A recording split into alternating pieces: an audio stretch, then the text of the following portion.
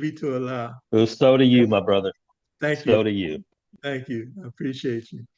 Yeah. Another program up is Not Just Talk with your host, Brother Michael Hamin. Assalamu alaikum to you. And you are now live streaming. Go right ahead. The mic is yours.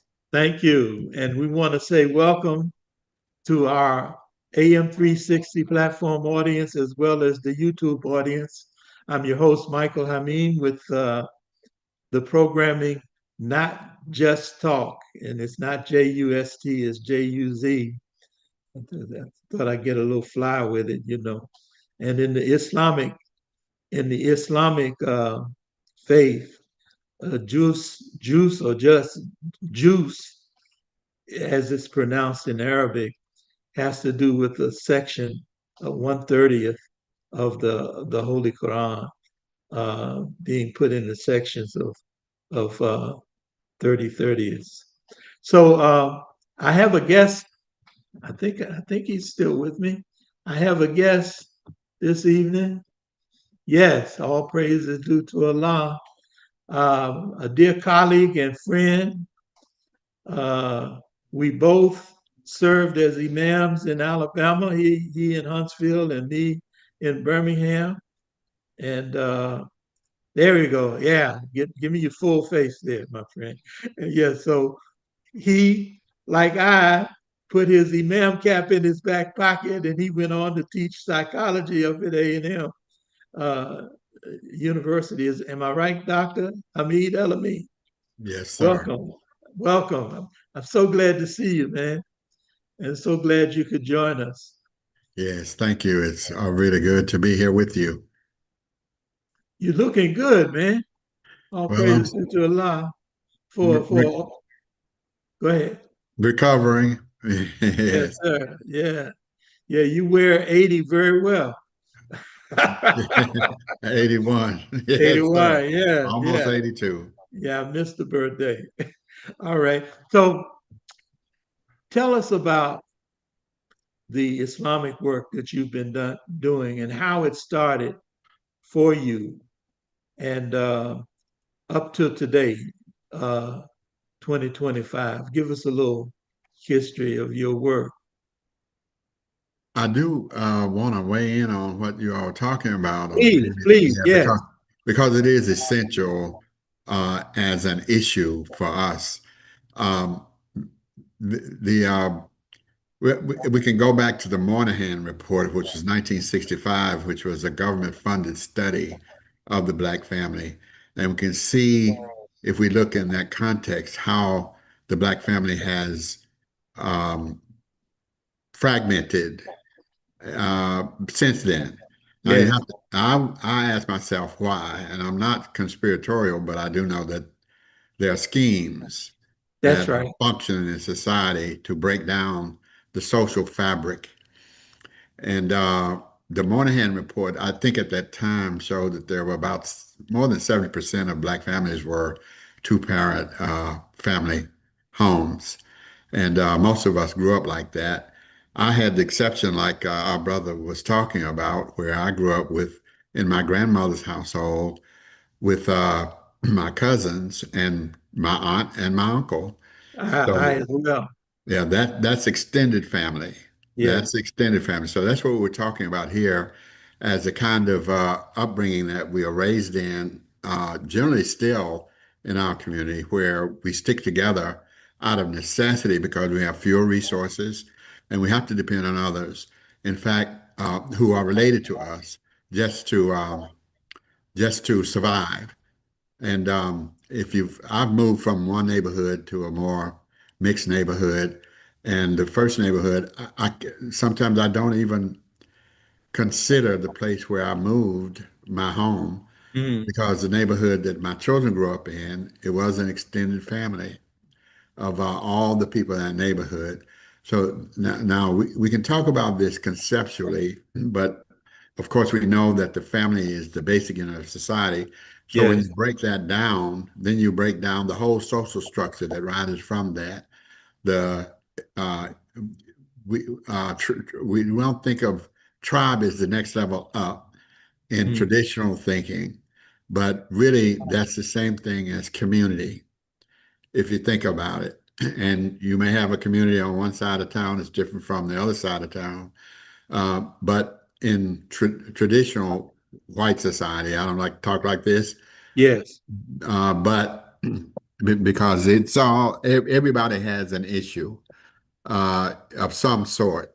So in traditional white society, you're expected to go out on your own, form your own family structure, and to care for each other within that family structure. So people can live as we do in many cities next door to each other and not even know who the next door neighbor is, 10 feet away, whose house may cost $1 million, but they don't know each other, or they Mm. hardly speak to each other, or their children don't play in the street together.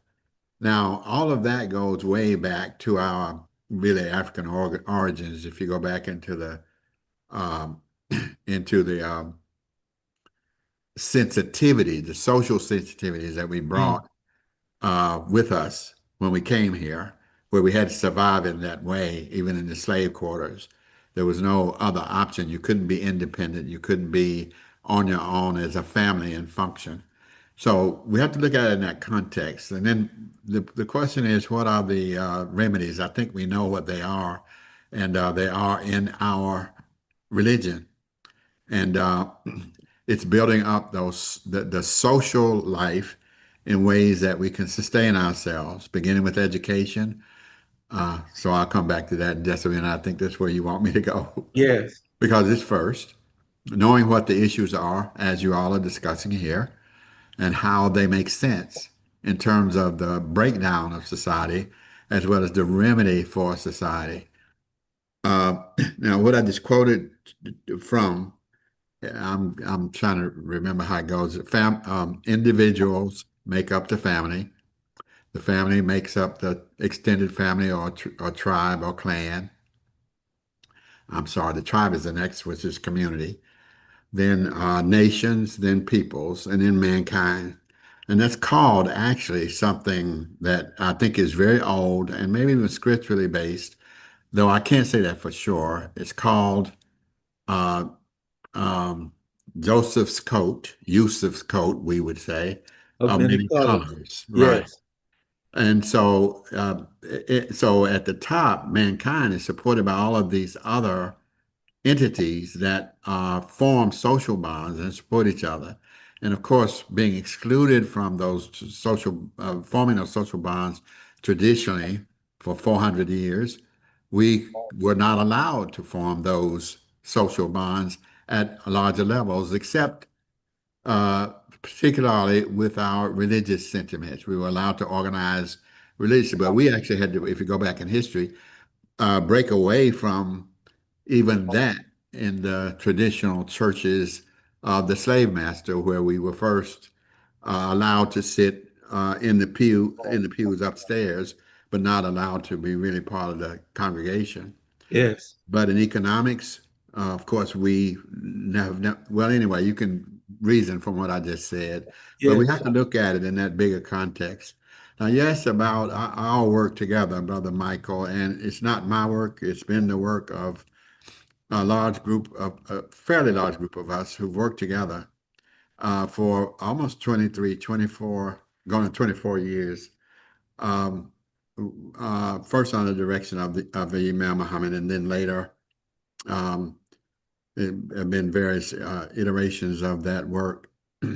um, Now as a work group Yes. uh, for the Education Consortium, we're called, and our charge from Imam Muhammad was, and I'm going to put it in my words, I think he used similar words, to really remake education. Yes. And we're in that process of doing so. And everything that we have done, we have found the means to do so in his commentary. And I think that bears repeating over and over and over again I agree. because he didn't put an emphasis on himself. And there's a real lesson in that fact.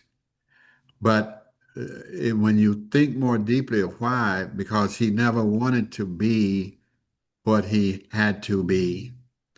If you think about and if you what you have heard from him, he never claimed to be anything more than the prophet.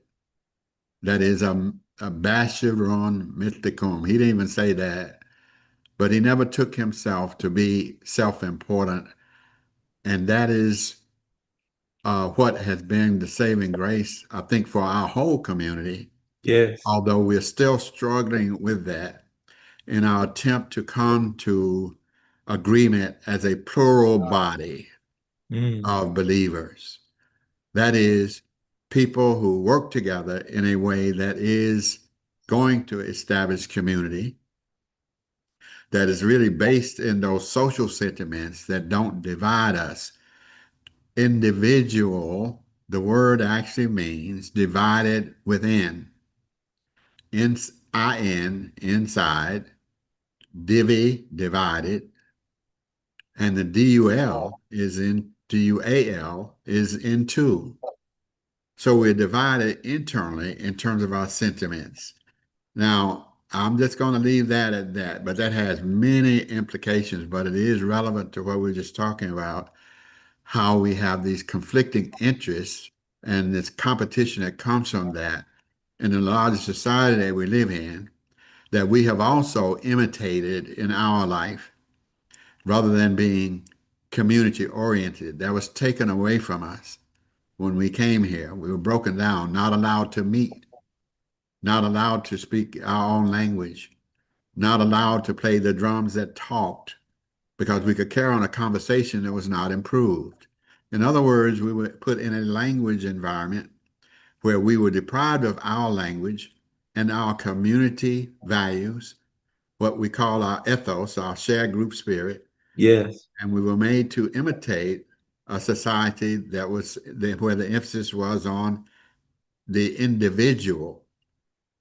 And one of the implications of that is the spirit and the thinking are separated because you're in a different language environment. That was the Ah, consequence. Yeah. yes. And we are spiritual people. We're still spiritual people. That's why we're here together, because we're spiritual people. And the spirit is first. The spirit is the correct spirit that you come with is essential to the evolution of the intelligence. I'm not speaking from me, and you know I always say this. Yes. If I hadn't studied Imam Muhammad and had to do this work that we've done together for almost 23 years, I would not have these words. I would not have this insight. It didn't come from me. It came from a man who was guided more than I was. And I hope most of us realize more than any of us to see our condition because Allah blessed him from the beginning of his life to be the son of Elijah Muhammad, to be raised by his mother, to be nurtured and to in the sentiments of the Nation of Islam, and taught, learned the Quran from the time he was very young, and blessed to understand it by Allah's will. So what that tells me is that we're not following the man, we're following his vision. And he was Well, following the vision of the prophet. and that's important to remember. Yes, We say the logic of Imam W.D. Muhammad, the language of Imam W.D. Muhammad, but the source of that is his following Prophet Muhammad and the guidance of the yes. Quran. And I'm seeing that those men and women that connect with that fact of his knowledge body and the spirit that developed out of giving himself to the guidance, that knowledge body is the key to us establishing ourselves in a healthy and productive manner in community life. That's correct. Uh, and that's not an easy thing to see because we're coming out of I'm going to use the word regressive culture. That's a word for it. that even now is trying to take us back. I think all of us recognize that.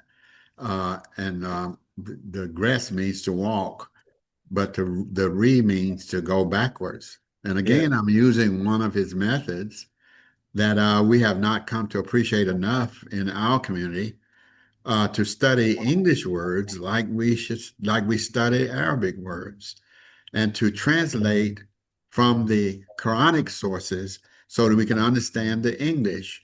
But English has roots too, and we he put a real emphasis on this at our Push headquarters in one of his lectures, I think in 2005. But we Yes. haven't picked up on that. If we're going to talk about the language and the language constructions, we have to study English in the same way and understand that English is not the criteria as a language, is not the criteria by which we build. It is the Quranic language, not the Arabic language itself, but the Quranic language. And that's what Allah blessed him with. And so that's why his commentary is if I'm looking for something, I very seldom can't find something in his commentary that that is a key to what should inform. I'm speaking I understand. my thinking Yes. because it is Quranically based. And I could say more about that, but we have to, when we see genuine leadership that's guided by God, we have to follow that. It doesn't have to be repeated for all of us. It starts with a prophet or a follower who's blessed with insight, spiritual insight, and then it should spread from there. That's how the plural body comes into being.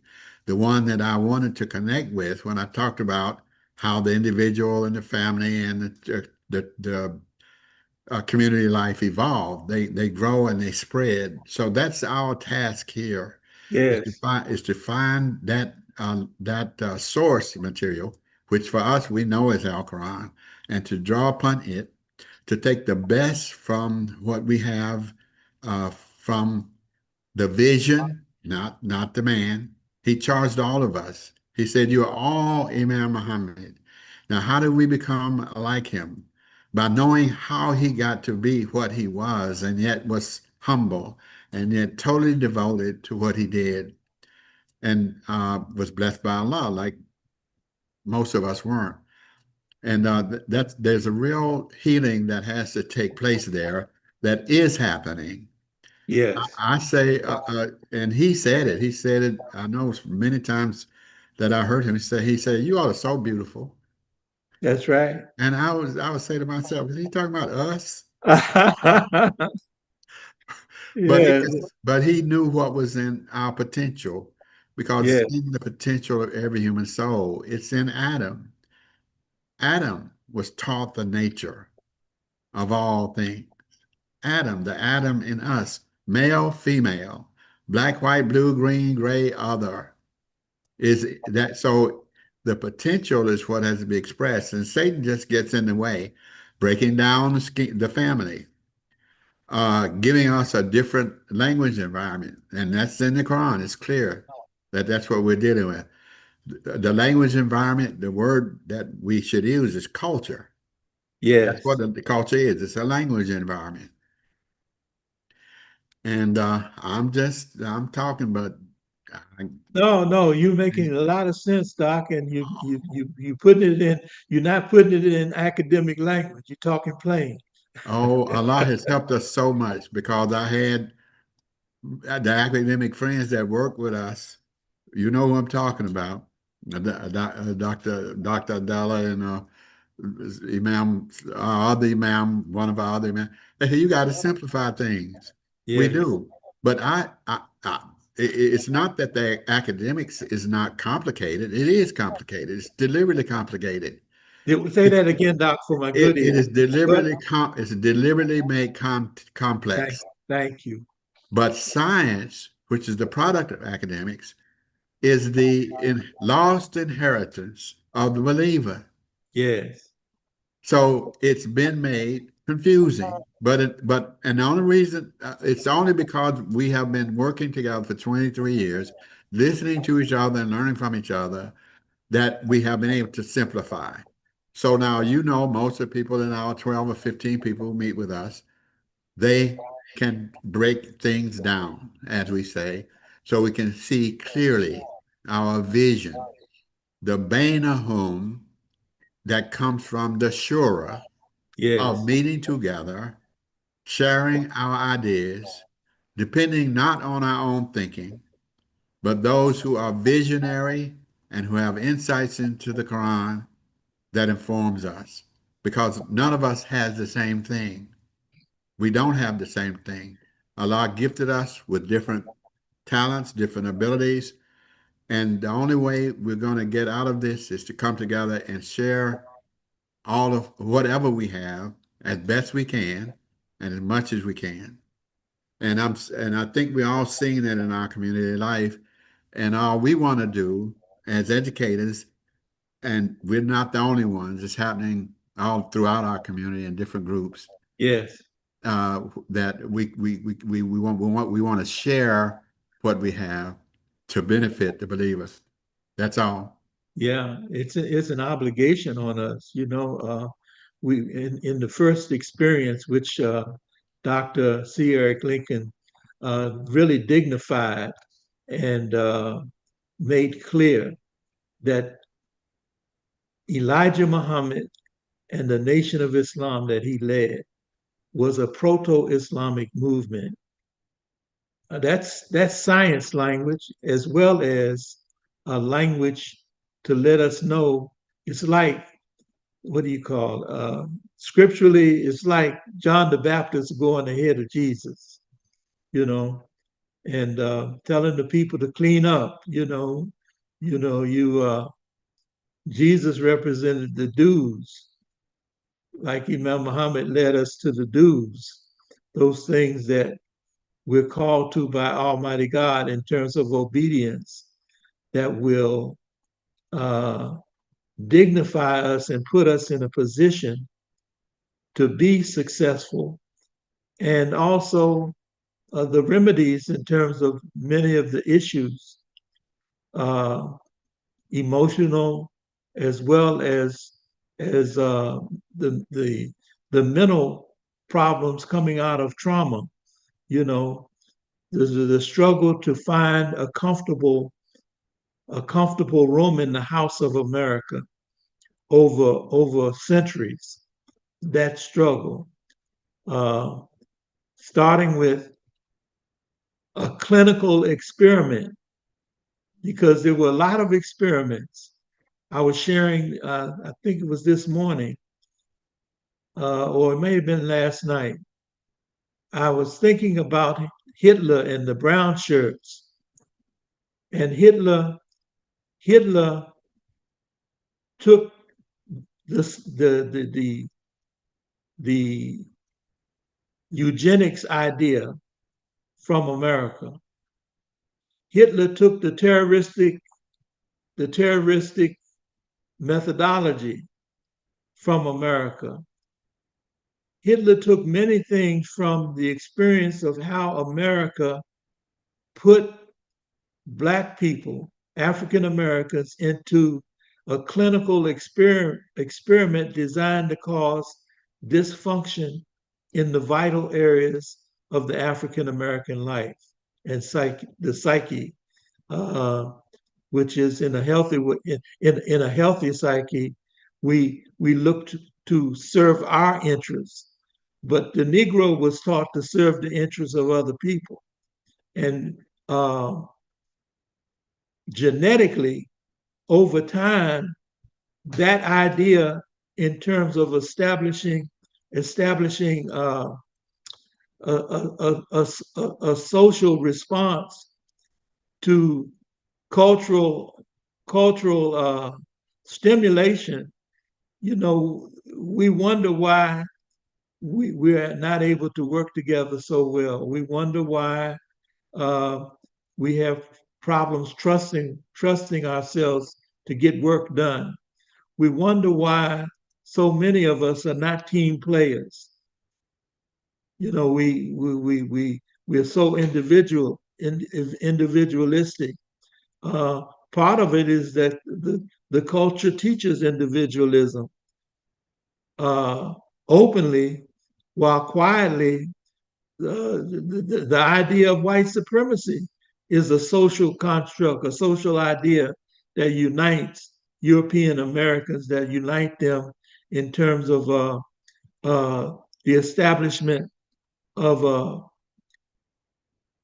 I think the man once called it the superego, you know, the cultural influences and the constructs that speak, they speak to the citizens. Their cultural ideas that speak to the citizens. The idea that African Americans had no rights, that had to be considered by white establishment, by Caucasian establishment. The idea we were taught in our schools about the rule of law, while we saw the rule of law being metered out differently in terms of how we were treated under law. We saw this. And so we can readily recognize those things that are going on in today's society, the disrespect for law. Uh, During the time of the Civil War, President Abraham Lincoln suspended habeas corpus. I think I'm saying the last word correctly, but the idea of having a day in court and this idea of justice under law is a myth. During the time of President Nixon's uh, term, the last term in office, when he was one of the lawyers, uh, Jakowski or Jabowski, I can't think of his name. It started with a J and it ended with a ski. He was talking about the mythology of justice. He said law is established to have a fit to have a manageable resolution of differences. You may get justice, you may not get justice. You know, so he was busting this myth about justice under the law. It depends on how much money you got, what kind of lawyer you have, and most certainly it depends on the mercy of God. for for many of us, God's mercy is the quality that we need. Uh, Dr. Hamid, where you at? You're on mute. Yes, sir. I'm sorry. No problem. No Uh, problem. yeah. But look, if you have to step away, uh, stop the Yeah, video. You I know. did. I had to I had to take a pot off the stove. Okay. So my apologies. No problem. Doing too No, many things at one time. that's all right. We got to do what we have to do. You know. Yes. And we learn how many. We learn how many is too many. That's it. Yes. Yes. I um there's so much to say, but I do want to mention what I said again about Shura Bainahum Yes. as sharing of ideas. That is a very important concept from Imam Muhammad. Um, and it allows us to build that vision of community life that leads then, that's called culture, that then leads to institutional life. And all of that is in the implications of the four birds and all of that and what it means. But we have to be inspired first to learn, to come together to learn and to share and inspire again, emphasizing this. I hope we will see the value of it. in studying words, the the spirit, spirit is in that word. So the Yes, spirit within, you have to have the spirit inside of you, not just as an individual, but as a community. The word for that in academic language is ethos. yes, I think it's a Greek word. If we yes, don't study words, we'll see that these words, big words, are used to hide the meaning. But if you understand the ethos is just a shared group spirit, then it makes sense. And we know we've always had that. and it's connected with Ethiopia because That's right. That's where the Greeks got it It, from. it's connected with ethics and with is the ideas that come from the spirit, from the Yes, shared spirit. And they don't tell you this in an academic setting, or at least they didn't tell me, but the spirit and the intellect are connected. When there's an organ in the body, when it is right, then everything is right. that's He's right. talking about the heart, which is a symbol for the spirit.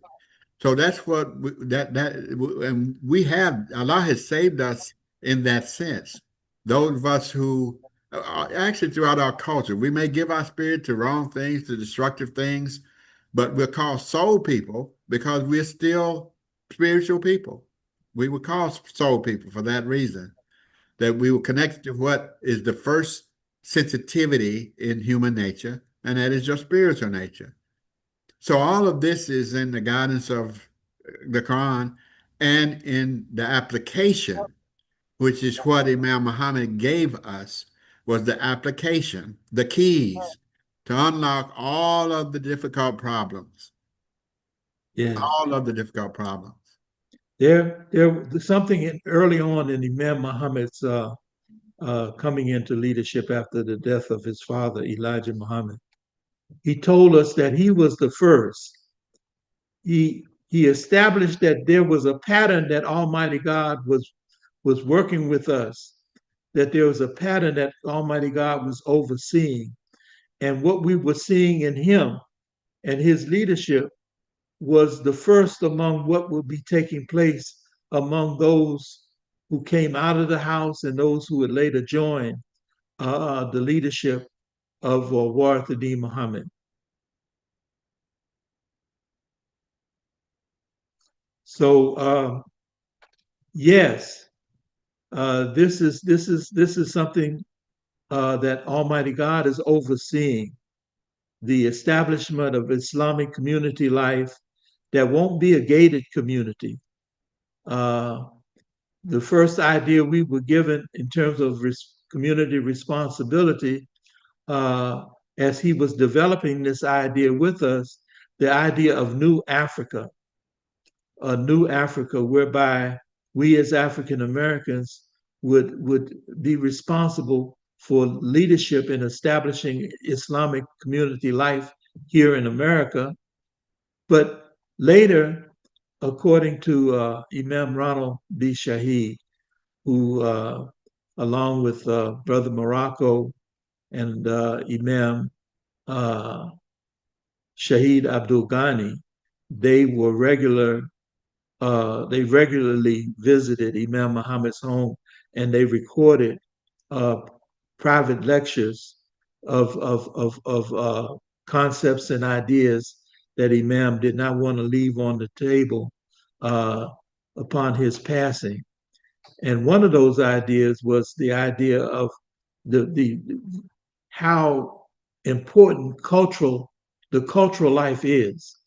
That was the work of his father, the establishing of a healthy cultural life, which the Imam called the language environment that represented the nation, that was the nation of Islam under the Honorable Elijah Muhammad. And it was further carried over into the establishment of the Islamic life according to the Quran and the life of Prophet Muhammad, that Imam Muhammad represented to us. That he didn't tell us to throw away anything good from that Nation of Islam experience, but we should, as the audience should know, that Islam does not give us a culture. Islam purifies the culture that we have. It tells us what is acceptable in universal term, the universal concepts of good that you can find not just in America, but all over the world. The concept of respect for mama and daddy, the concept of gratitude. These are universal ideas. They're not Islamically given to us directly. Islam supports these universals. And so that's the idea of culture. The idea of culture is that we, as Dr. Hameed gave to us, foundationally, it is an idea, the overriding idea that brings us together, the ethos, that thing that binds us. You know, we have plays and we have language and we have music, but those are incidental to the foundational idea of culture, which is that which binds us together. Dr. Hamid. Yes, and that's what education does. It moves from that spirit in human nature to inform the intellect, and the intellect then can construct its own ideas in agreement with those universals. And Yes, that's in every human soul, the ability to yes. do that, and in every culture, no matter what the language is. So I was sharing with the audience when you had to step away that the idea evolved from a new Africa to an idea of Graceline, pardon me, where the Muslim community would not be gated, but it would accept those individuals that are not practicing Islam, but they have the similar spirit. They have the similar thinking in terms of those universals, those universal ideas. And so we're looking to have others, Jews, Christians, much like what took place in Spain. The Muslims were a minority. They were a minority. And one of the reports says that they were invited to come in and be a buffer from the disputes that were going on, and the vandals and the savage element in that area. The Muslim army under Tariq came in and brought stability, and after the stabilizing, they produced an environment where Jews, Christians, and Muslims could all get ahead. There was an interdependency that was developed for hundreds of years, much longer than America has been a sovereign government. And I'll stop with that.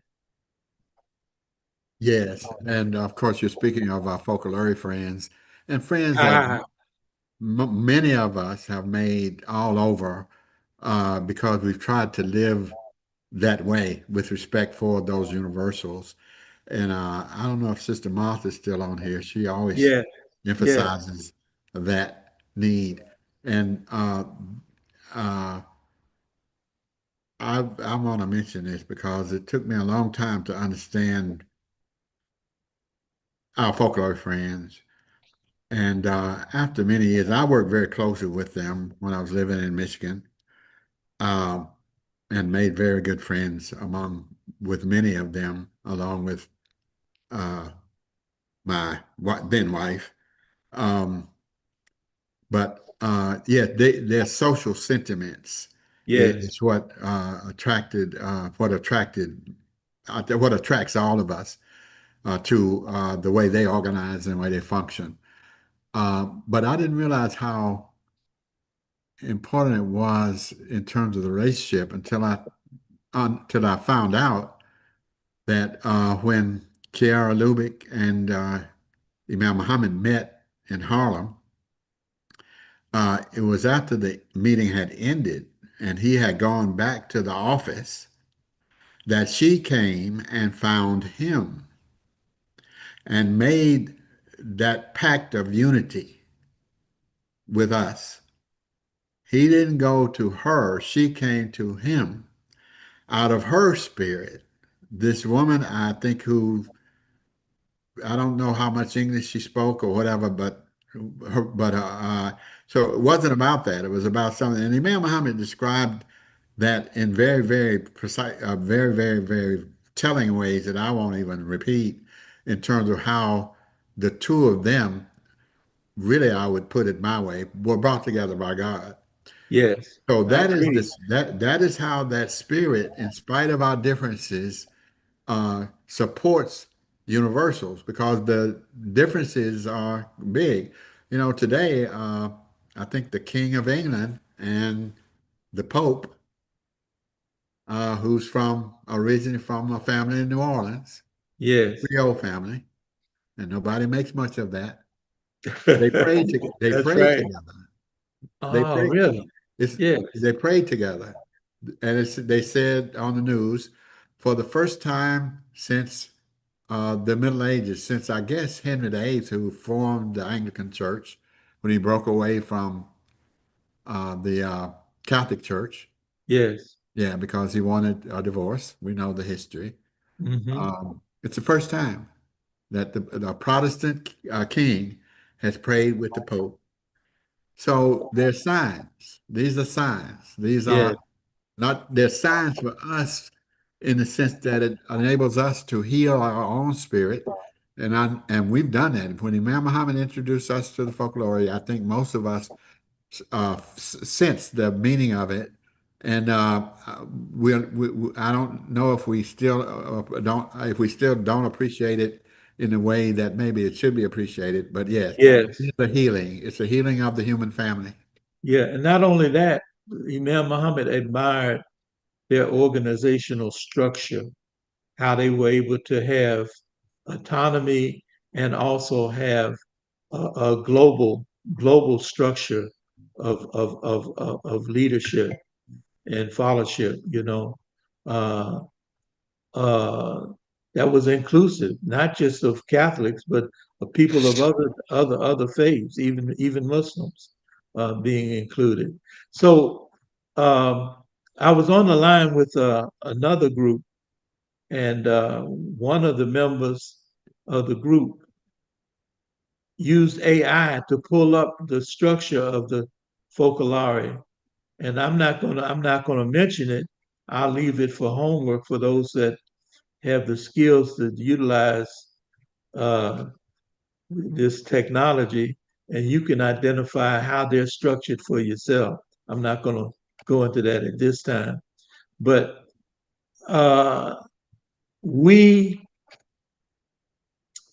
we need to see that in order to have community life, we need more than resident imams and those people who are involved in politics. And I heard Imam Muhammad say that directly, just like I just said it.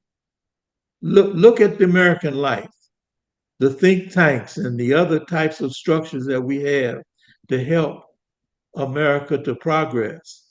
Look at the business world where they have uh, uh, uh, research and development, R&D. Uh, this is what progressive society life has to have. And it started with the imam supporting committees and boards, the establishment of committees and boards within the community. And those groups, Atlanta and other places that maintain that utility of committees and boards, we see them progressing, and those that don't, this is my opinion, those Muslims who say they identify with Imam Worthy Muhammad, but who are not studying his knowledge body and the spirit that came with him in terms of not giving up and not being concerned about the persona being projected, but more concerned about the influence of truth leading to the purposeful direction in our lives. That was more important to him. the influence. And he was aware of the influences in this world, how there are people who pay for political, they have lobbyists, they pay for uh, political operatives. They support political operatives to get done what they need done politically. They support uh, cultural operatives to get done what they want done. They are behind the scenes. They don't want you to know who they are, but they want you to feel their influence.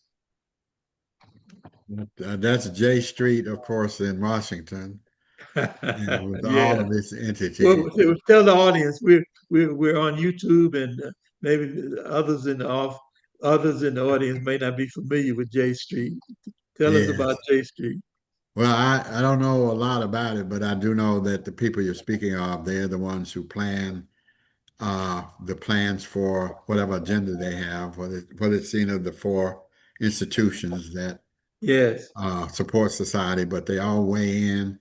They do their research and study. that's Uh, right. that's one of the things that I hope will happen with our efforts. Oh, it's But coming.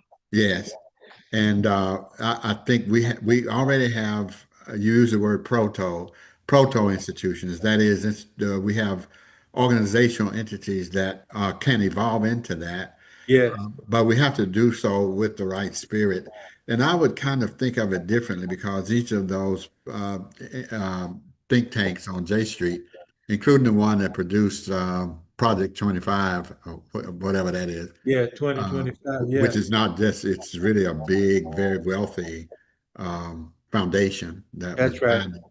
Uh, and they have been, I would say, I think they say 25 years they've been planning the agenda that you see now to influence society. And Yes, we do have small entities like that that function like that. Um, but we don't have the resources we have that they have, and we don't mm, have the uh, thought leaders yes, that they have who are committed to what their agenda is, what their aim is. But yes. our agenda is there's nothing like our agenda. I agree. When And Imam Muhammad, yes, if we could just get a small group of do or die men and women that yes, are committed as to what you're talking about, yes. I think we'd be okay. I think we're going to be okay. I worried myself for a long time that we would not, as most of us do. And there's a big issue there that I don't think most of us can, I don't think we can unravel it yet, what really has held us back from moving collectively, because it's whatever happened to us in this experience, it had to be the scheme of the real schemer, Satan, because it really has held us back. But I think we're out of that. We're out of that spirit, and we're moving toward that ability to function. And I'm going to say this because I talk to a lot of people through across the country. The group that we work with, Michael and I, and they're from California to Bermuda, and the people outside of our community are waiting for us. And I'm repeating something I got from one of our leaders who is in the know about Yes, what goes on in those higher circles. That they're waiting for us and the influence that we bring as a model community. I will say this, since we mentioned our folklore friends, and I've heard that from more than one of them, that they're waiting for us. They see what we have as being the mercy and guidance of God that the world needs. that's And right. yes, we have opposition, but we just have to go forward, and we have to go forward together. We can't go, we're not going to get very far going forward as individuals, not just divided among ourselves, but divided inside Mm, between our spirit and our intellect. And the healing is here. We're growing into our intelligent life.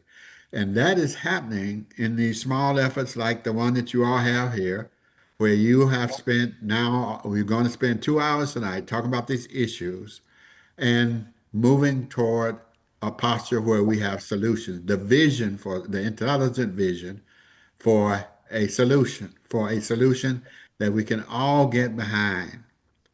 That was never intended by the schemers for us to come together like this, That's but, true. but they didn't see Imam Muhammad.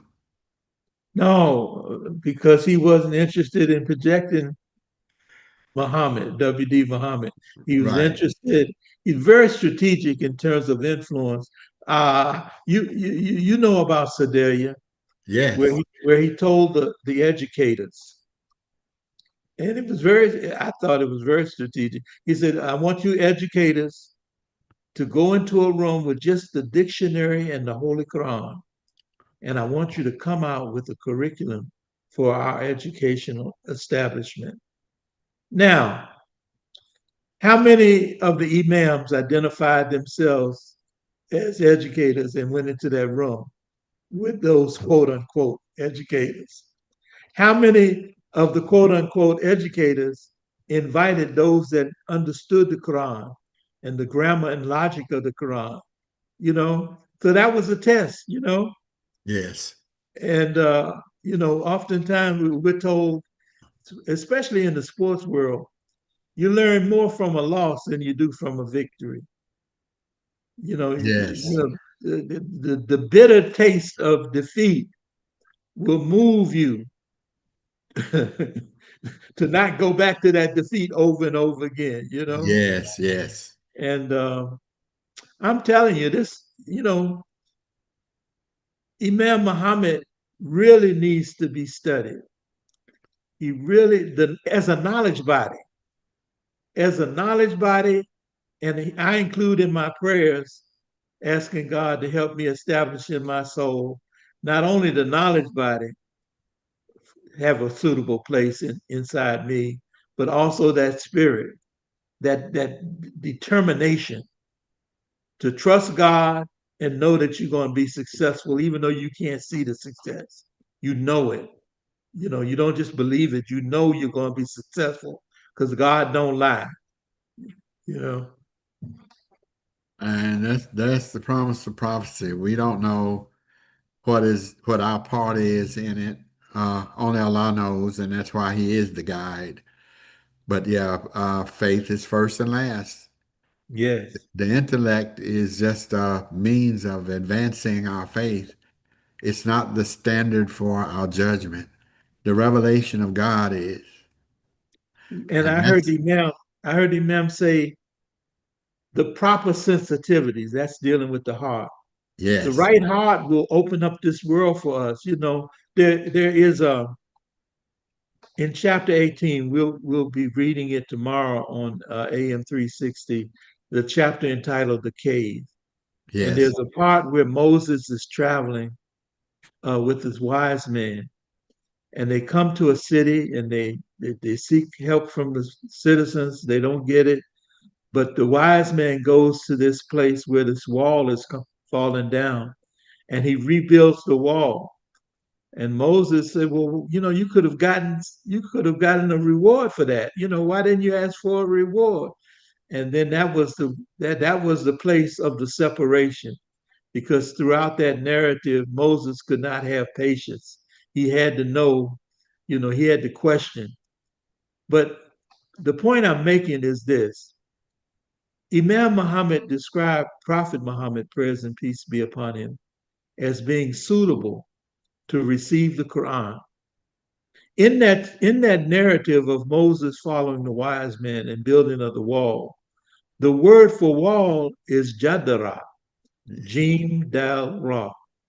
And when you look up wall, the meaning of wall also has the meaning of being suitable or appropriate. So I see that as something that we have, as students of the Imam, we have to take on the appropriate and suitable sensitivities to get the treasure buried beneath the wall because he identified the orphans that that treasure was for. He was rebuilding the wall so that they could reach their maturity, where they could manage those resources, that treasure beneath the wall. And he identified the orphans. Imam Muhammad did. He identified the orphans, one as Prophet Muhammad, and we know that's his history as being an orphan. But the other was the African American community having no leadership, having no mother or daddy. You know, daddy is a leader, and mother in terms of the cultural stability. You know, mothers. Imam says arham is female entrusted ties of relationship. Well, that's mother ties. You know, to be more specific. You know, the mother leadership gives us the ties of relationship. Again, the culture. Yes, motherland.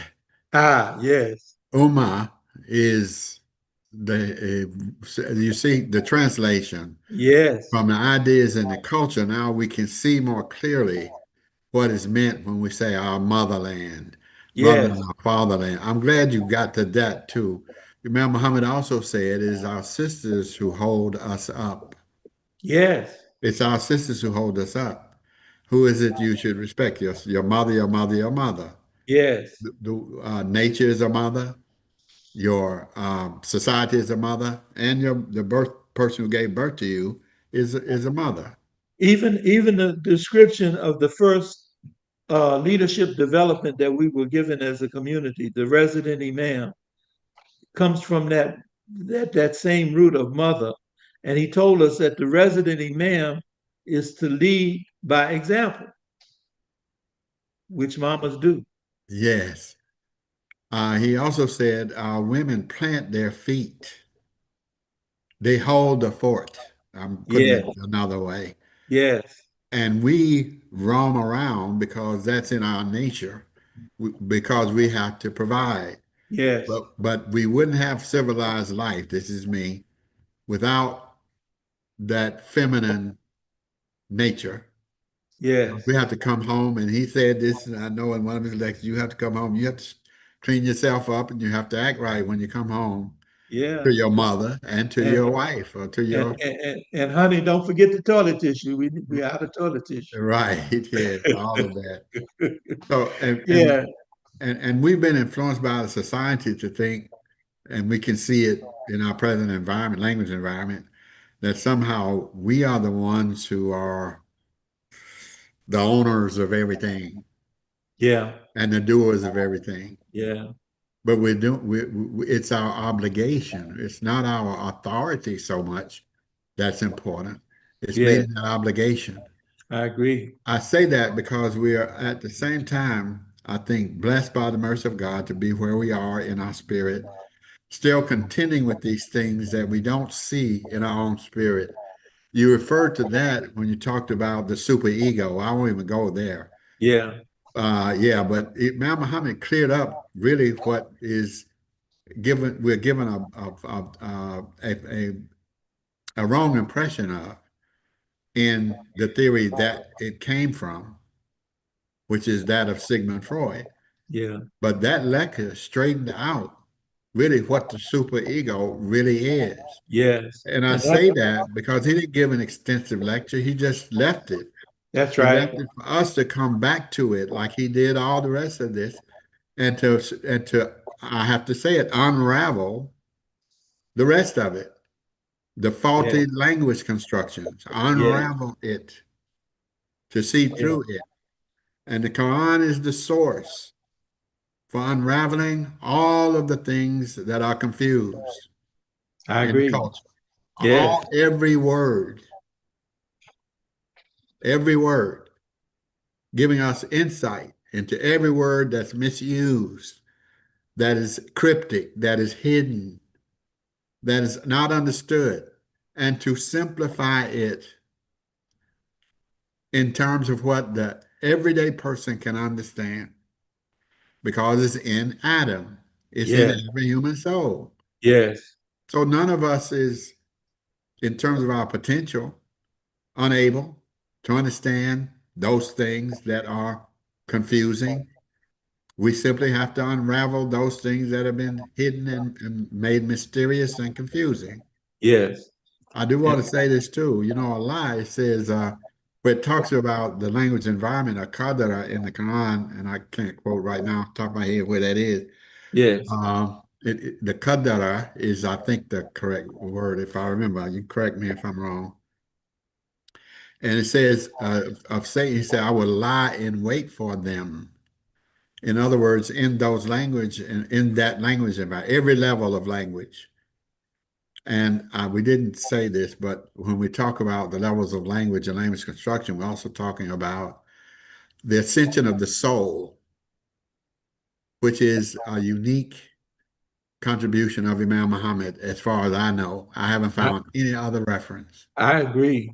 It is a unique and most telling key to human development. He spoke of it as worlds revolving around a core. And this has been the central thing that has brought us to where we are in our work, is the study of that lecture, 1999. I would recommend to everybody that we go back and we read, because that is what we've been working with as the core Yeah. since 2002 in education. Yeah. And I would, for further clarity, the ascension is an event that took place whereby Prophet Muhammad traveled to Jerusalem before it was established, uh, before the Dome of the Rock, the Muslim place of worship, was established. Uh, but that prior to that, there was an ascension going to heaven, and the seven levels of heaven as it's described in the narrative. The first level being Father Adam, the second level being Jesus and John, the third level being Yusuf, Joseph, the fourth level being Idris, the fifth level being Aaron or Harun, the sixth level being Moses, Musa, and the seventh level being Abraham, the higher heaven. Father Abraham, he's identified as the two fathers, Adam, and this is connected with Al-Fatiha. Al-Fatiha describes the Sirah. It is a path, an elevated path, a vertical movement of the soul, a vertical movement along those seven uh, architectural structures called heaven. Yes. And those seven represent a development. The Sirat al-Mustaqim is the vertical movement of the human life, the human soul. Uh, it's not only its intellect, but also the other aspects Yes. of the soul.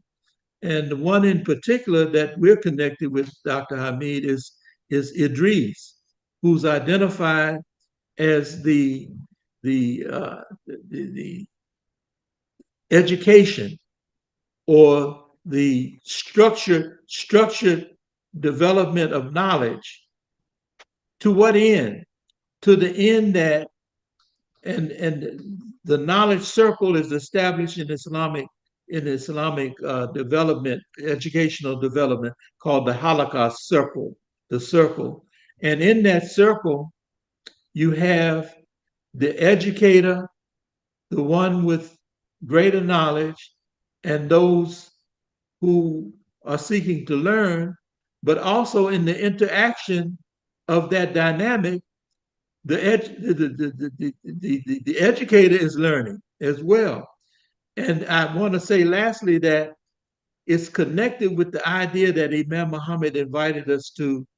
He said that the professionals, No, he said the educated professionals should translate their language so that the common man and woman could be more productive. Now that's the Martha. I forgot. I'm forgetting it again. That's the intelligentsia for the Muslims.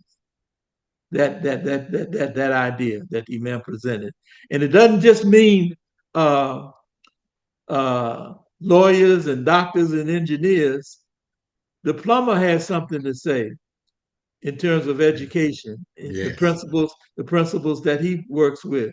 I use oftentimes our colleague Imam Salahuddin Hanif out of Albany. No, yeah, Yes. Yes. Albany, Georgia. He grew up as a builder. His father was a builder, and his father told him and his three other brothers, I think it's four of them, he said, sons, if you can't see it, you can't do it. Now, certainly the common man and woman can use that, can run with that. We can all run with that. If you can't see it, you can't do it. If you can't see yourself being a Frederick Douglass or a Harriet Tubman, there's no way you're going to get close to what they did and the kind of spirit that they had and the kind of abilities that they had to do what they did. The same with the companions of the prophet. And we're all invited to follow Muhammad's example, the Prophet Muhammad, prayers and peace be upon him. And if you can't see that, you can't do it. Praise be to Allah. Yeah. There's so much to say about that, but each of those levels is worlds revolving around a core. Yes, And that ayah in the Quran where it talks about those heavens, so there's seven above and seven below. And yes, the seven below are the ones that we are responsible for constructing. I'm not that's going to, important. That's I don't important. want to repeat that. No, that's Yeah. important. And And I Imam want to, Muhammad, and Imam Muhammad told us how to do it. You have to take what came from the seven above through the prophet, and you have to, he actually told us the steps. You have to go from, I think he said seven to two to four. Now, that's language that we're still working with, but the four I can say, I think fairly safely, is institutional development or establishment. and And can we also see that in the Al Fatiha, those that's, you seven, got me with that one. Please run me those down. 7 verses. Yes. Oh, yes, yes. And we're told that the seven is doubled. You know, Oh, yes, of seven course. becomes 14 Yes, of in course. terms of getting extracting the insight from those seven, and Yes. Oh, wow. and the elevation of the seven to what end? To community establishment, the four. Allah is so merciful. Brother Imam, I'm so glad I know you. Praise be to Allah. Praise and I'm thanks so be glad we to have God. had the opportunity to work together. Praise And be we're to just Allah. we're just talking because we this once this spirit is already in us. It's already throughout our community. Listen, It it, it it's look, it's not me. I have made a commitment that I'm giving myself to the knowledge body of Imam Muhammad, and I'm gonna make a suitable place in my soul for it and the spirit. You know, hell or high water. You know, finish yeah. well. That's what I'm looking at. Yes. Well, I pray Allah just keep us together and keep moving Ameen, ameen. and bring all the resourceful believers. That's all we need is just all of us who can move really because we all have our own two eyes and our other senses, our hearing, Yes, our sight, and we have our intellect, and that it has the power of Adam. So we can ascend to the level of Abraham, but we can't do it just without thinking. It has to have the guidance of God. And yes, that's what we have. Allah's hand is on us. Imam yes. Muhammad said that in so many ways. It has helped us, I think, to get over ourselves largely I agree. in our own thinking because Allah is the teacher. Yes, He's the teacher, not the prophet. What came to him didn't come from him. that's right. It came to him. Yeah. So We have a hand. how can we We have take what comes from us and think that is enough? we have a couple of hands raised. The Okay, brother Edward, your hand was raised first, and Sister Kalita, you follow him, please, brother Edward. Assalamu alaikum, Brother Alaikum assalam. Amin. Great to talk with you again. I think I was on Sister Martha's program maybe a month and a half to 2 months ago when educational group was on, and it was wonderful to speak with you then as well. I have a two-part question for you, and the basis of the question is my understanding, a belief that a majority of the children 18 and under in our community attend public schools. And if that is the case, and you are going to make a recommendation as to any change by deletion or addition to public school curriculum for the benefit of our children, what would that be? That's the first question. The second question is many states, including the one that I live in, the state of Texas, have something, well, in Texas, we call it school choice.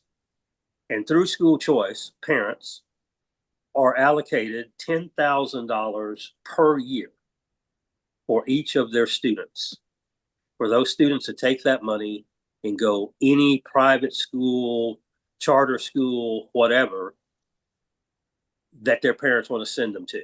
So if they wanted to go to Sister Clara Muhammad School, they would have that $10,000 to take to Sister Clara Muhammad School as long as Sister Clara Muhammad School met state requirements.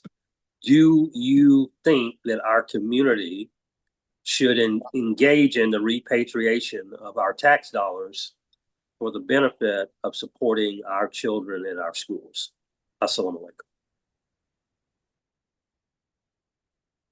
Unmute yourself, doctor. You're muted. Thank you, There you are. brother Willis. Um, I'm going to give you what I understand from Imam Muhammad and what he said. He was very cautious about that approach to our charter schools going back some years ago, maybe 20, 30 years ago, because of how the requirements of the government could be used to impose things on us that would not be consistent with our religion. But I know that he changed his thinking somewhat. And I won't give you the exact example because it is still an issue for us. We do see a movement in general to empower religious education through these charter schools. It's true in many of our states. The states have different laws, different requirements that you have to meet. But we know also, as we can see in the present circumstances, that those laws can either evolve, change, or devolve. And walls can also be, which the schools, we call them the schoolhouse because it has walls too that you enter under certain requirements, and those requirements can be changed. So we want to have a meeting on this among educators. We're not there yet. We don't have enough of a really a widespread notion of how to do these things and enough people to do all of what has to be done to make those decisions. But you asked me what I thought. I think Imam Muhammad emphasized that all of our work should be done on a local level. People in each state who want to pursue that would have to look at their laws, see what the requirements are, look at their situation, their resources, and look at the commitment that they have there from the local community, and then establish schools. That's already happening. Now, that's a big conversation, and we want to bring together, we're working on bringing together a group of as many educators as we can from across the country to have that discussion. And there are various ways of doing that. There are probably very simple ways to start, and we have examples of that in various communities throughout our community on different levels.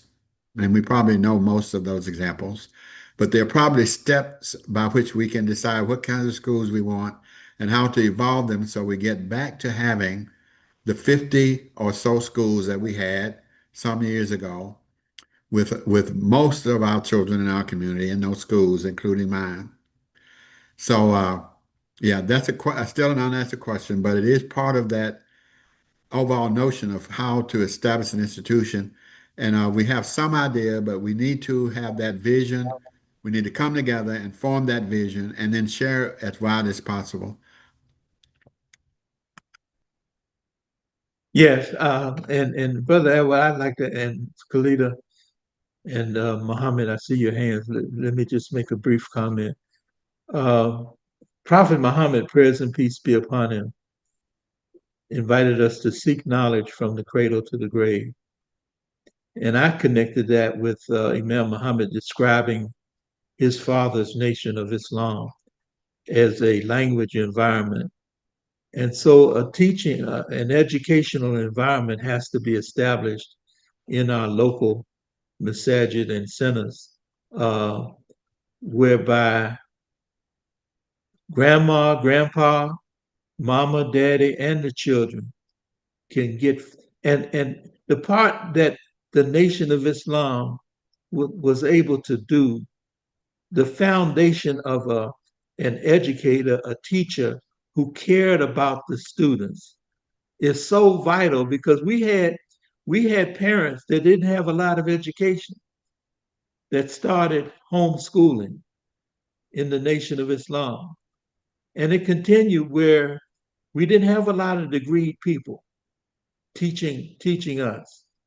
But the care, the love and concern and the encouragement is so vital in terms of real education from teacher to student. Sister Khalida, welcome. Thank you. Assalamu alaikum, Alaikum Brother assalam. Michael. And Imam, thank you so much, Hameed El Amin.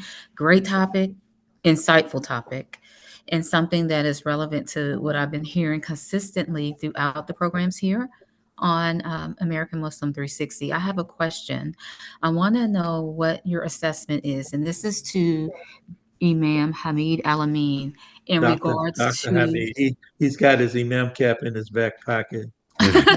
No, I put Doctor. mine away like you did. Okay, don't throw it away because we still need that. No, But no, we're not with the throwing it doctor, away. that you never retire from that. No, that's But the right. doctor, Hameed El Amin, I want to know what is your assessment of our progress towards building the model community that you spoke about in reference to the four birds? How would you gauge our progress as a ummah Um, in meeting those expectations? Inshallah.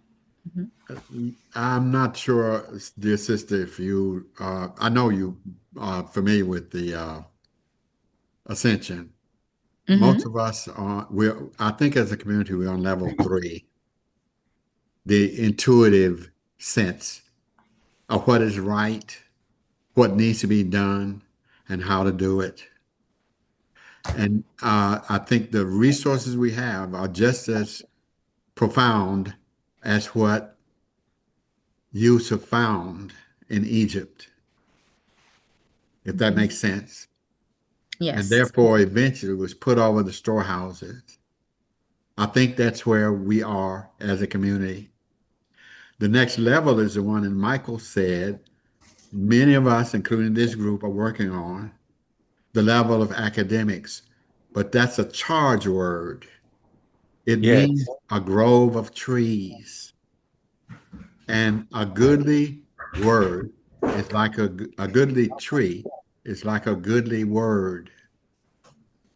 So academics is what gives us the language environment Yeah. that we need.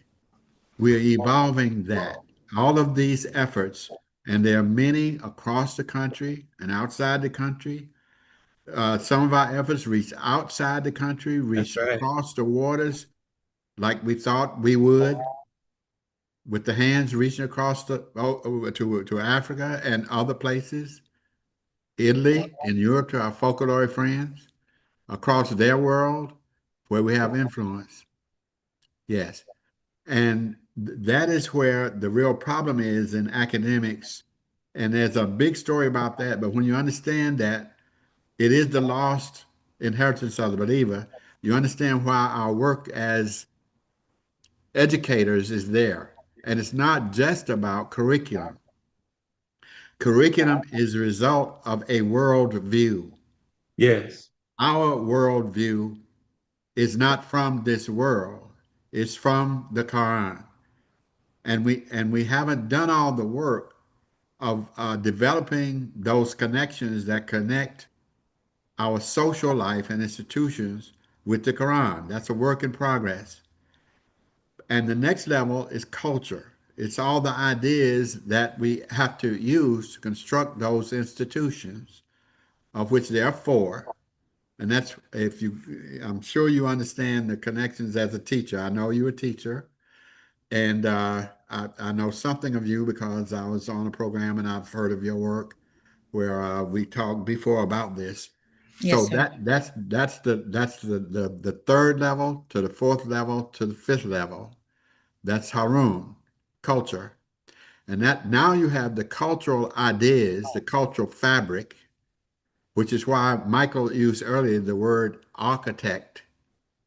It's the person who weaves together the ideas, but you have to have the ideas that come from understanding human nature, have a correct perception, which we have in our language environment that's evolving, and then you have to put them together to form institutions. And we have we did, and everybody has contributed to this. That's what Michael was saying. It can't be just teachers. It can't be just academics. That's what it means when it says it's the lost inheritance of the believer. It has to be Yeah. on every believer, not just on the few. If it's just on the few, we're going to have the same world that we have. Like we're going to have something like the same world we have now, where they are the privileged few or elites. And you can study the word. I keep saying this. I hope we will learn this. The E means to bring out in every word. The LITE means a lesser version of LIGHT. Yes. So it's those with a little of the light. And so we don't have all of what there is. We don't have as individuals the well, I'm not going to get into that. We're working to get for the lights to come on. Imam Muhammad said they started coming on in 1996. They started to come on. But this work is intergenerational. He said that.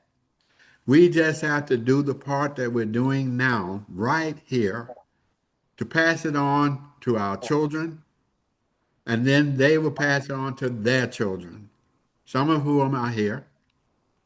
But he said it's going to be three generations. So, as I think I said in the beginning, we're looking to remake education, but it's intergenerational work.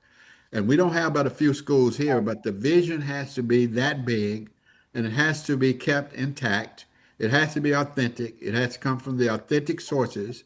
We can't forget Sister Clara, who had a third grade education, but a mighty spirit and Yes. a mighty heart and a fearless intelligence in raising her child and being a mother, not only of the nation, serving in the place of her husband when he was in jail for 8 years. Men followed her. We have to have that kind of courage and insight into what the long-term progress is. We won't be able to do it anymore. Muhammad said we won't do it with this generation. Not because we're being held back or like we were, where we were just wandering around lost in the wilderness. But in the last, since Imam Muhammad passed, we are no longer wandering in the wilderness. We know the way out now. But we have to Yadullah al Jamawah. We have to come together and the hand of God is on the group. And that's how we have to go about this. So all we want to do is to spread that enthusiasm. It's already in our spirit. And those of us who are obligated, we have to do what we're supposed to do and spread the goodly word. Thank you. Alhamdulillah. Thank you. Brother Muhammad Sharif, thank you, sister. Yes, Thank you. Thank You're you. Yes, welcome. thank you, sister. Thank you. I always thank our sisters. Y'all hold us up. I tell you. Most of us are still having to struggle with, some of us are still having to struggle with that. That's right. Muhammad. yes, Imam Michael and Dr. El Amin. You know, Michael has said some time ago about us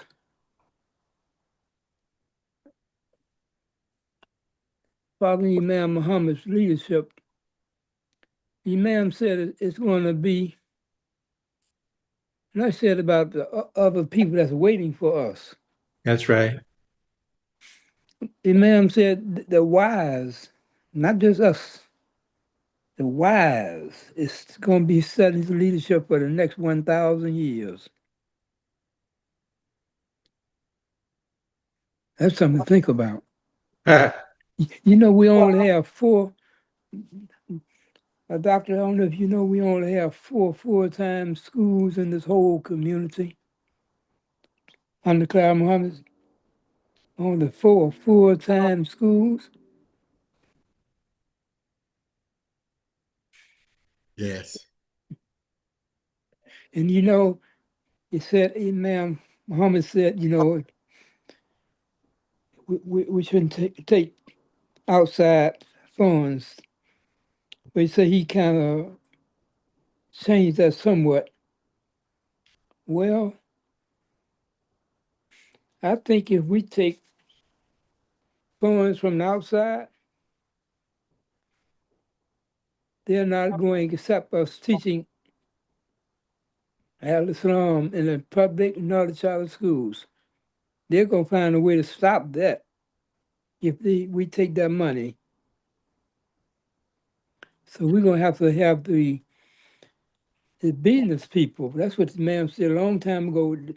We expect the business people to help support the school. But don't look like that's happening. So it may be another two or three generations before we get. I think I'll leave right there, Brother Michael and Dr. Thank you, Elamine. Mom. You always give us a check. You be checking the temperature, and yeah, I love it. Thank you, Muhammad. You're welcome. Alhamdulillah. Yeah, yeah. Uh, that's a challenge, and it seems like we're losing ground. But again, that idea of being suitable, the treasure is beneath the wall. We have to come to maturity, and all that. Look, I think we've got everything we need except for the right attitude to trust one another, to work in our places, to get in where we fit in. I think we've got everything we need. uh, I'm not going to say that. I had a conversation with people I work with in Birmingham, and I'll say it this way. Yes, Allah knows how to get our attention. All of the things that we have that divide us, those things seem to go by the wayside when critical Mother Nature circumstances hit us. I was in the tornado of 2010. I think it was April of 2010. Mhm.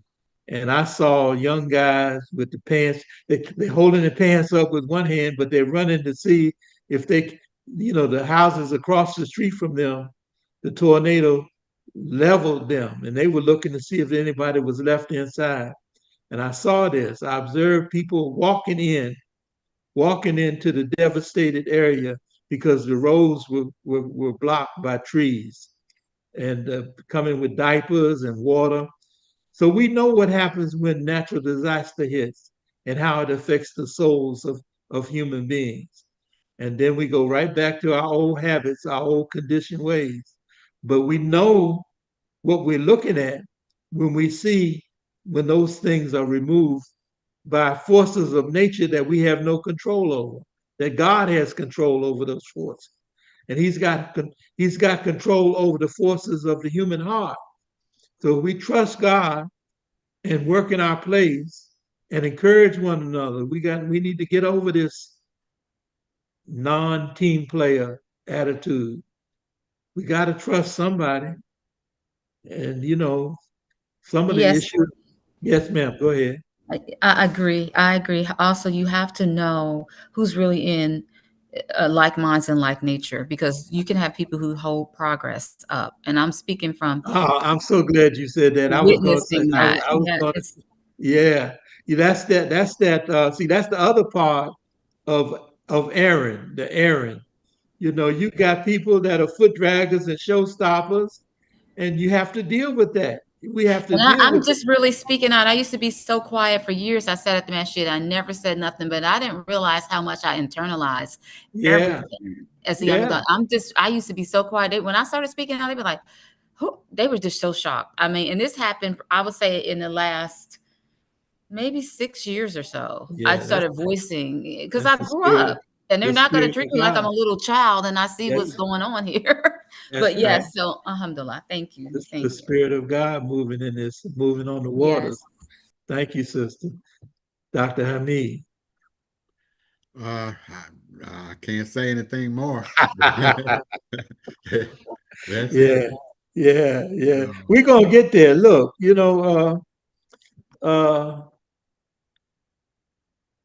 we are being made to see resourceful men and women and their leadership contributions. And it's a process, it's an organic process. Hundreds of years of social conditioning to produce a Negro. And I'm not going to use the direct language that I first heard Imam use. We're old Negroes, uh, but new Muslims. He used another language, he used another word, but I'm not going to use that word.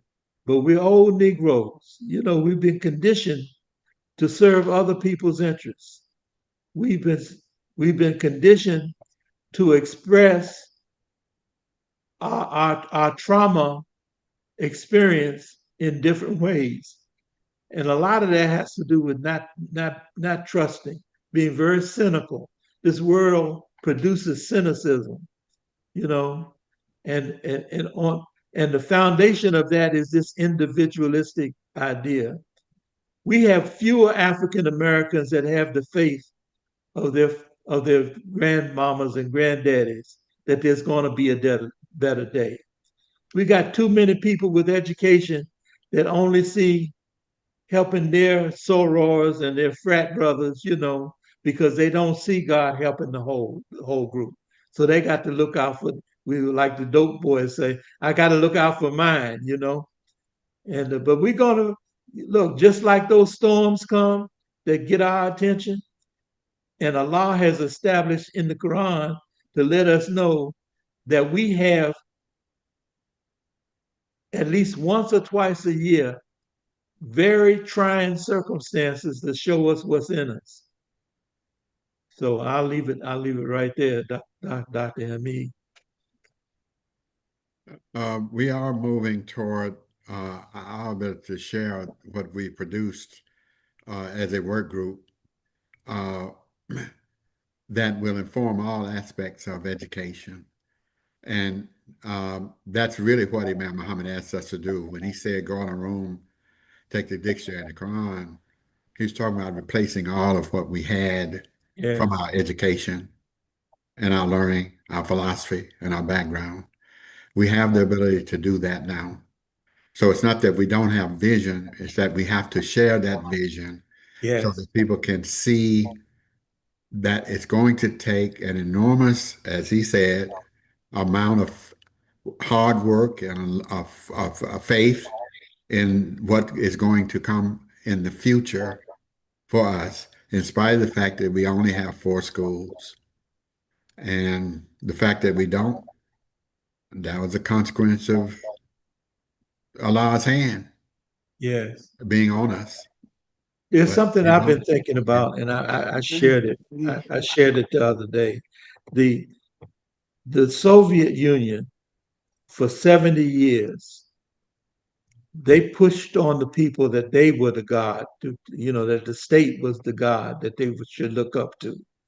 But you had within that state, you had Jews, Christians, and Muslims that taught their faith to their children in the wee hours of the morning, in the wee hours, using flashlights or whatever, candles, to teach the foundational knowledge of their faith to their children. So that in 70 years, when the communist Soviet Union fell, faith faith blossomed.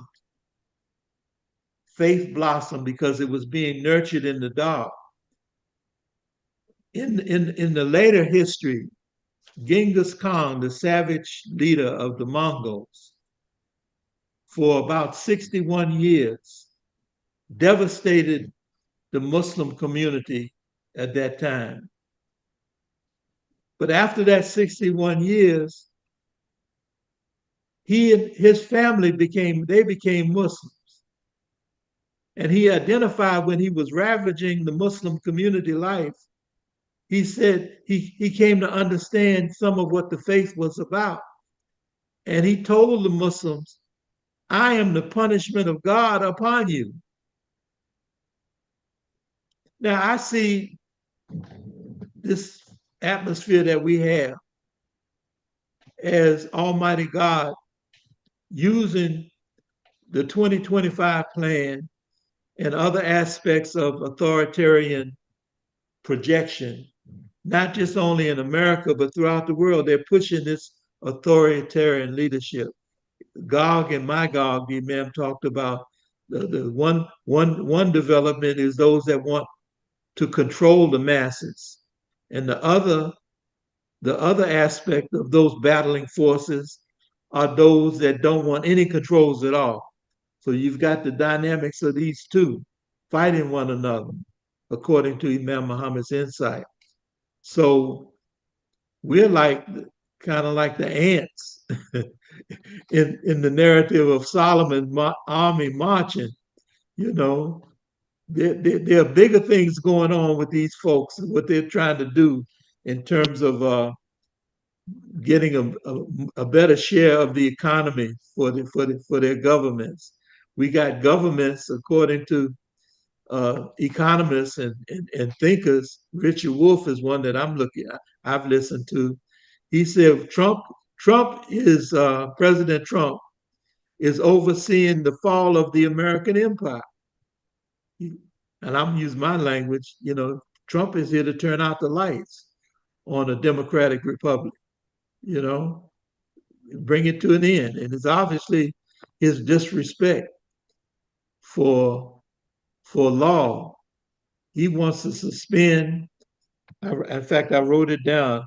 He wants domestic use of the military, which goes against posse comitatus. He wants to bring into effect the Insurrection Act. All of this is against the law because there's no justification for it. But he and those forces, they're pushing, trying to set something off so that they can justify bringing these ideas into play. So we have to be wise as serpents and humble as doves and strategize for survival right now. But we also have to work on thriving. Darkness is only for a short time, and joy comes in the morning, as I heard it, you know. So we have to prepare for the joy by strategizing now in the dark, these dark days, which are forcing us to see one another and develop relationships, alliances, forcing us to strengthen our family ties and those who are like family that we have in our in our background. We're being forced. You know, and there's this thing called locus of control. There's outside and there's inside. Well, we hadn't been managing ourselves properly. Now the outside is forcing us to come to a better management. So, alhamdulillah. Anyone else that you'd like to join in the conversation? We invite you. We've got about 20 more minutes, and we appreciate Dr. Hameed El Amin joining us. Uh, he is a soldier. Allahu Akbar. He is a soldier, Allahu Akbar. and I thank Allah. I had a prayer back in the I guess the late 70s, early 80s. I prayed to Allah. I moved to Atlanta in 77, and it was more on my mind and my heart then. I asked Allah to let me see the Renaissance people I know we got them, Lord. We got Renaissance people. All this talk of Renaissance and Thomas Jefferson and all these folks. I said, let me see them, Lord. And not only has the Creator let me see the Renaissance men and women, he's helped me to work with some of them, and I'm thankful to God for that, that experience to be amongst a group of people that are committed to serving God's will and plan. Can I, the Sister Kalita, did you have another part of your question? I'm not sure.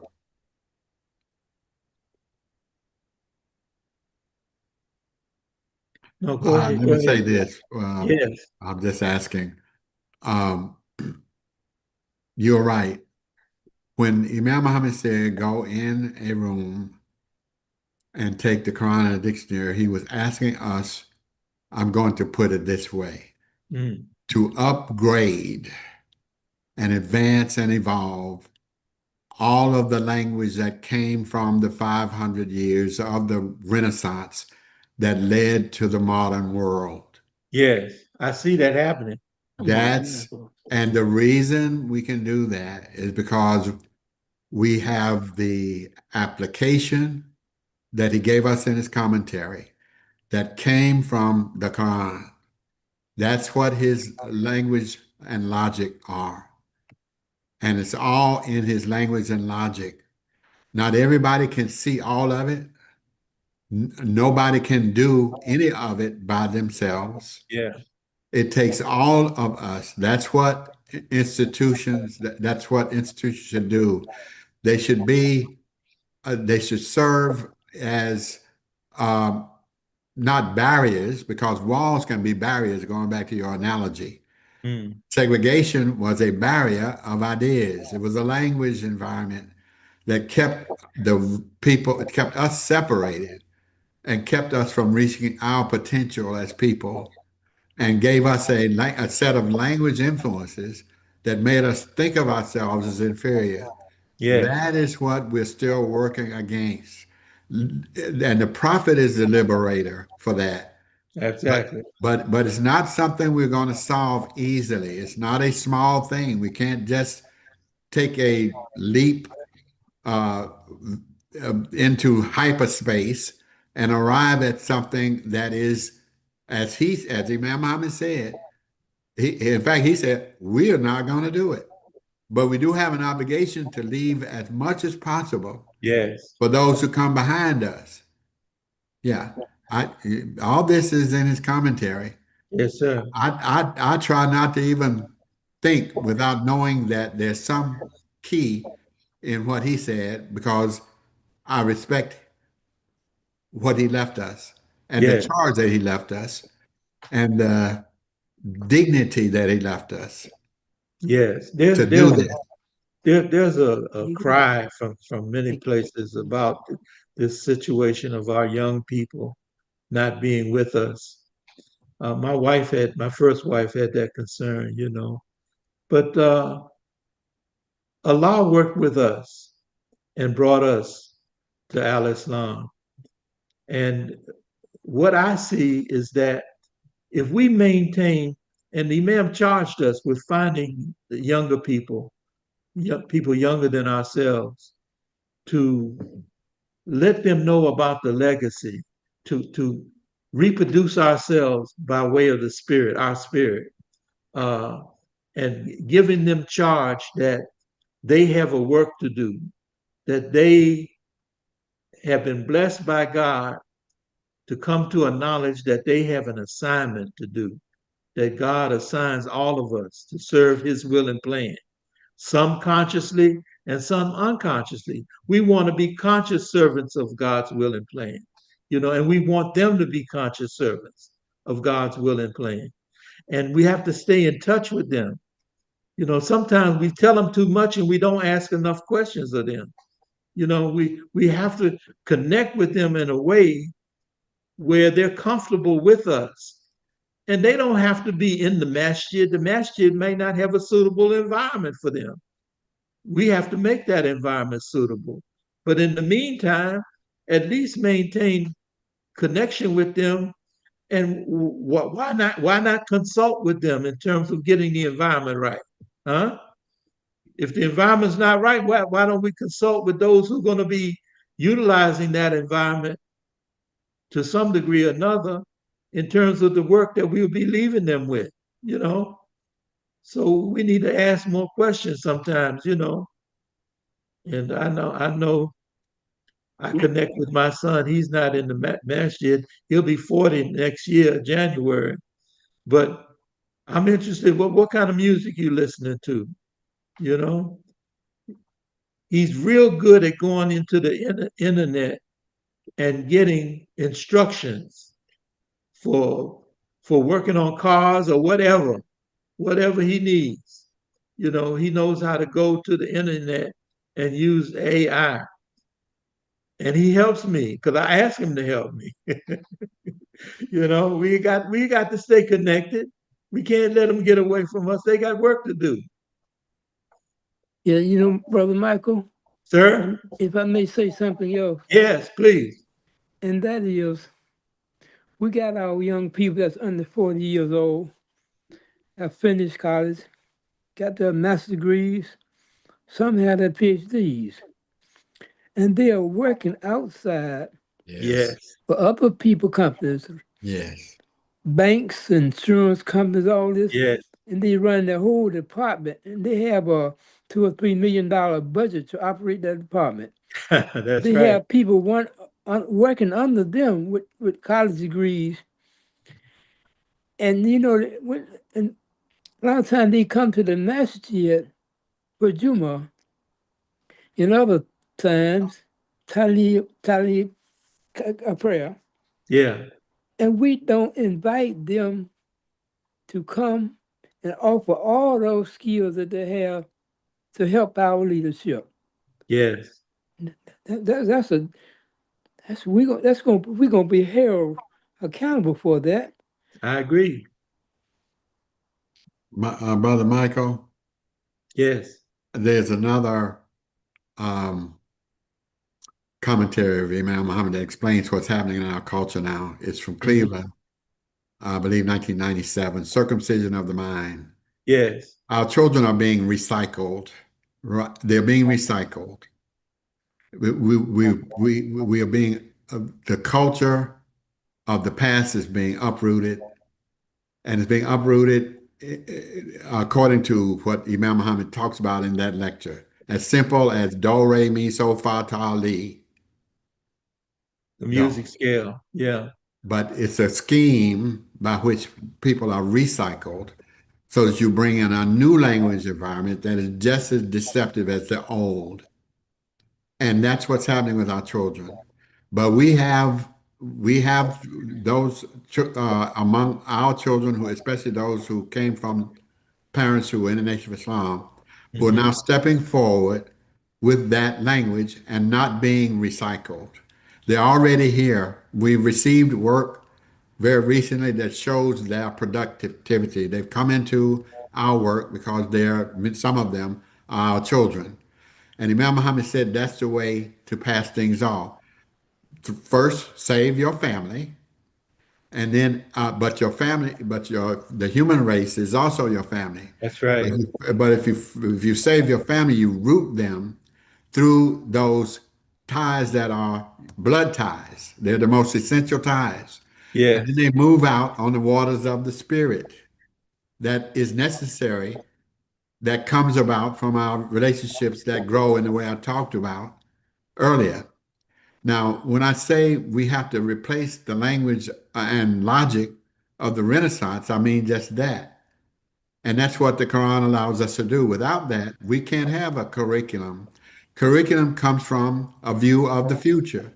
If we have the same source material as the world that produced the philosophy of the Renaissance to draw our ideas and take them into the classroom, we're just repeating the same thing. But the fact that we are now, as Imam Muhammad said, he said, once the sun has risen, never let it set. that's right. He's talking about the light of creation that is what is in many metaphors, but particularly in that of the tree, which is the metaphor for how language and logic from creation is organized. Quran tells us that. So we have that big picture now, but not enough of us can see it in that way to come down and work where it belongs in the earth. That's Yeah, the going back up. That's the coming down. It's in the Quran, bringing down what came down from the seven above, and then growing, which is instruction from the earth. And we're not rooted, and at the same time we're being uprooted. Our children are being uprooted. And we're desperate for them to not be uprooted. And that's already happening. I won't give you I'll give you personal witness, but I'm telling you it's happening. I'm going to put it like this. I know it's happening in Detroit because of our brother who works with us, in part because of the imam, because of the young men who are the assistant imams who are very tuned in to this because they're coming out of this tradition. So that's what when we can't see, when we don't have a big enough vision to see, which is Abraham saw from his social circumstances into the heavens. He didn't just see what was in his classroom, which he is the educator, like we do. He didn't just see that. He saw all of what there is that Allah offers in terms of guidance from above and guidance from the creation. yes, So that's what we're seeing now. But not everybody can see that yet. We have to come alive. That's why it's going to take 3 generations. I can't say it any better. If we're looking for it, we can't abracadabra and get it like the jinn in the story of Solomon and Sheba. We mm, can't get it like that. yeah. And there is a joy in coming into an awareness that God has dignified my soul. He's dignified me to invite me to serve the will and plan of moving the creation and moving the social life forward, you know. And it's not just, look, just as the freedom movement here in America, it inspired people in Africa and Asia, you know. They talk about it today, how inspired they were by, you know, Kwame Ture and the people that he worked with, Minister Malcolm X, and as a follower, his most productive work was as a follower of the Honorable Elijah Muhammad. A lot of people are trying to claim him, but Minister Malcolm belonged to us. And the productive work that he did as a member of the Nation of Islam under Elijah Muhammad, you know, it's too many curation of narratives that are going on that we have to resist. And that was something that the Nation of Islam did. We followed the leadership that gave meaning to our needs. You know, we said the so-called white man. We didn't, you know, we didn't call him the white man. He was the so-called white man. That was their language. They brought that social construct about, you know, and the so-called Negro. We were something before we were made Negroes. And so the leadership recognized that. It was a special environment. And we are obligated to create an environment that will be our part of this journey. We're like trailblazing. You know, we're breaking the trail. You know, we're doing the thing, and there should be a joy in the spirit. And it's not most of the people. God already warns us. Almighty God warns us that if the way was short, and the distance, you know, if the distance was short and the way was easier, there'd be more people on the trail.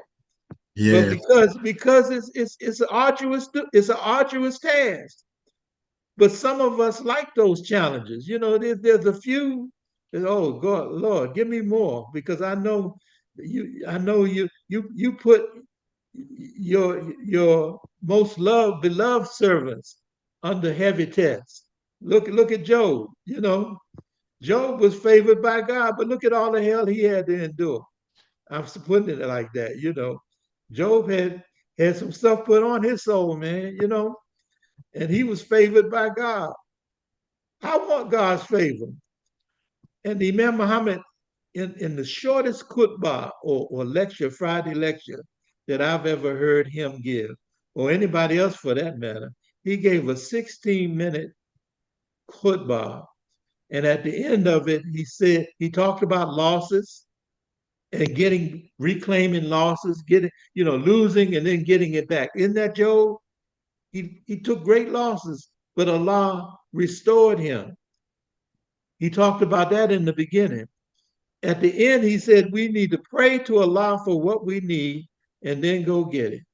If you don't have a school, somebody in that community has to keep alive this idea that we need to educate ourselves and our children.